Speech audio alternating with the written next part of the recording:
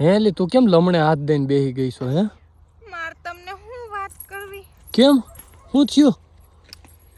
આપણી સરસ મજાના ઘઉં વાવ્યા તા, રાત દી પાણી વાળ્યું તું, હજી તો આ બિચારા ઊભા નથી થયા, હાલતાય નથી શીખા મારા ઘઉં. અને બાપલિયા માડી એમાં ઈડું આવી ગઈ છે. તો હવે એનું શું કહીશું હીરુનું? હવે હું તો ડિપ્રેશનમાં વહી ગઈ છું. તમારે જે કરવું હોય એ કરો. ડિપ્રેશન એટલે સબટેશન?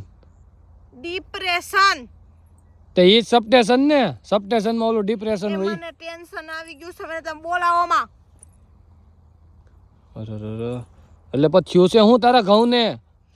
મારા ઘઉંમાં નહીં, અહીંયા આજુબાજુમાં બધાય નકરી હીરો આવી ગઈ છે. ઘઉંમાં ઓણતો કેવો વાયો મિત્રો. કોને કોને પેલા તીરો આવી છે કોમેન્ટ કરી દેજો.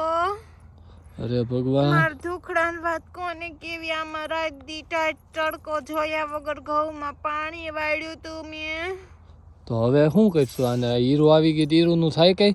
તો આપણે ડોક્ટર બોલાવવા જોહે ને?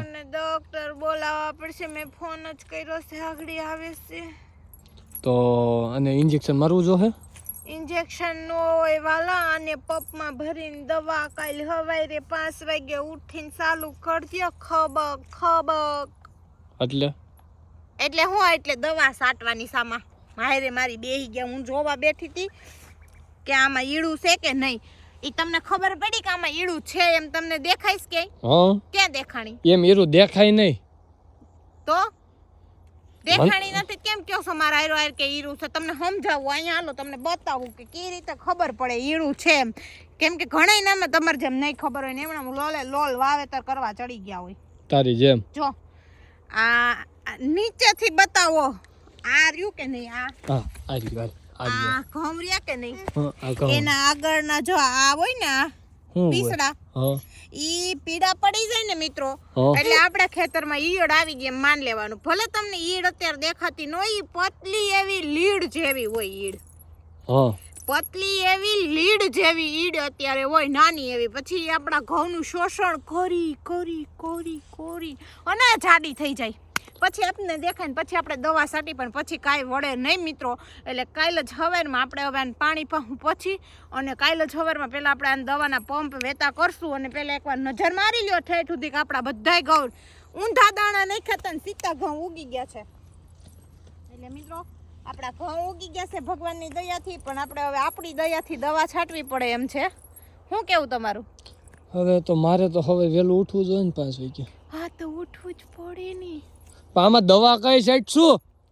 ઈ તો ઓય એગ્રો વાળા ભાઈ વિડિયો જોવો છો ને જરાક કોક તો હોઈશો ને એગ્રો વાળા. અને બીજું ખેડૂત તો હોઈશો ને જેને પેલા આગળ ઘઉં વાવ્યા છે ને એના મીડું આવી છે કે અત્યારે ઘઉં વાવ્યા છે ને ઈડું આવી છે, એ જરાક મને કોમેન્ટ કરો તો ઈડું આવી છે કઈ હારામાં હારી દવા છે કે ઈડું મળી જાય ને ઘઉં મોટા બની જાય એવી કોમેન્ટ ફટાફટ કરો. કેવી નાખવી પડે મારામાં દવા? કેમ કે આપણે સહી જો મિત્રો નવા નિહાળી, આપણે ખોટી કઈ એવી શરમાવાની જરૂર આવતી જ નથી. આપણે ચોખ્ખા શબ્દમાં બોલી દઈ કે મને આમાં ખબર નથી પડતી, મારા ખેતરમાં ઈડું આવી છે, મારે કઈ દવા છાંટવી મને કોમેન્ટ કરીને કયો. અને હાલો હવે આપણે આગળ થોડા. ઓય આ સિંહ આવ્યા છે, શું છે આ સિંહના પગલા? મરી ગયા રોજડા. જો આ માખડી હતા મારા હાથમાં આવે ને રોજડા, એટલે ખીલે બાંધીને લાવ. જોરિયા હા વઈ ગયા. મારો અવાજ તો બહુ મસ્ત આવે છે. વઈ ગયા રોજડા વઈ ગયા. એટલે મિત્રો આપણે જો આ રોજડા કઈક તો હે ઘઉં બહુ ઘાટા ઉઈ ગયો એવું નથી લાગતું મને તો બહુ ઘાટા ઉઈ ગયો એવું લાગે. ઈ તો મિત્રો કોમેન્ટ કરશે હવે કેવા ઉગ્યા છે ઈ. પણ કહું છું તો ખરી કે દાણા નાખાતા બઠ્ઠા ઉગી ગયા છે બધાય સત્તા એના જેવું છે. તો એનું કારણ શું? સટાન બટા નાખવાનું તમારું હાલી ગયું છે એટલે? અરે અમારું હાલી ગયું એટલે શું કહેવાય, ગાંડું હાલી ગયું ભાઈ. ગાંડીનું ગાંડું હાલી ગયું. નવું મળી ગયું મને ડાયલોગ એ જો એવું છે. તો મિત્રો ઘઉં અમારે બસ સરસ મજાના ઉગી ગયા છે, પણ હવે એમાં ઈડું આવી ગઈ છે. તો એનું શું કરશું હવે અમે? અને ઈડું એવું નથી કે અમારે એકને આવ્યો, કોઈ કોમેન્ટ કરવા ન હોતા તમારા ખેતરમાં ઈડું આવ્યું. તમારા ખેતરમાં છે પણ જઈને જરીક જોવો તો ખરા. મારા વિડિયો જોવામાં પડારોમાં તમારા ખેતરમાં ઈડું છે, જઈને દવા છાંટો મારા વાલા.